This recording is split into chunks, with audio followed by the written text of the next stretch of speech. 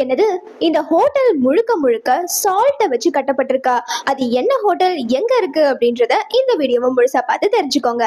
இப்ப நான் பேசிட்டு இருந்த சால்ட் ஹோட்டலானது தென் அமெரிக்காவில் அமைந்துள்ள பொலிவியா அப்படின்ற நாட்டுல இருக்கு. அந்த ஹோட்டலுடைய பெயர் ஹோட்டல் பலாசியோ டி சால். பொலிவியாவின் சலாடி உயோனி எனும் உலகின் மிகப்பெரிய உப்பு ஏரிக்கரையில அமைந்துள்ள இதுதான் உலகத்தின் முதல் உப்பால் கட்டப்பட்ட விடுதி அப்படின்னு சொல்லப்படுது.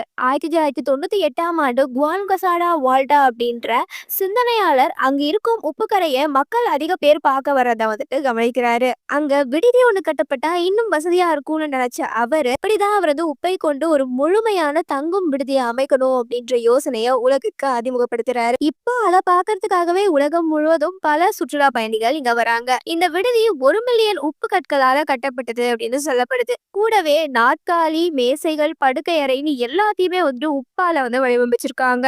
சலாடி உயூனி அப்படின்ற உப்பு கரையிலிருந்து பெரிய உப்பு கட்டிகளை வெட்டி எடுத்து ஒவ்வொரு கட்டியும் சுமார் 35 சென்டிமீட்டர் அகலமுடையது. இடை 20 to 30 கிலோ இருக்கும். இது எல்லாத்தையும் கட்டிட கற்கள் போல வடிவமைத்து சிமெண்ட்டுக்கு பதில ஈரமான உப்பு மற்றும் தண்ணீர் கலவையை சிமெண்ட் போல பயன்படுத்தி கூரைகள் சில இடங்கள்ல மரத்தால தாங்கப்பட்டிருந்தாலும் பல அறைகள் உப்பை கொண்டு இக்லூ வடிவுல கட்டப்பட்டிருக்கு. மொத்தம் 42 அறைகள் கொண்ட இந்த விடுதி உப்பால கட்டப்பட்டதால அதிக ஈரத்தை ஏற்படுத்துவதோ முற்றிலும் தடை செய்யப்பட்டிருக்கு. மழை காலங்கள்ல சுவர் கரையும் அபாயம் இருக்கிறதுனால ஒவ்வொரு ஆண்டும் ஹோட்டல்ல புதிய உப்பு கற்களால சீரமைக்கப்பட்டு வந்துட்டு இருக்கு.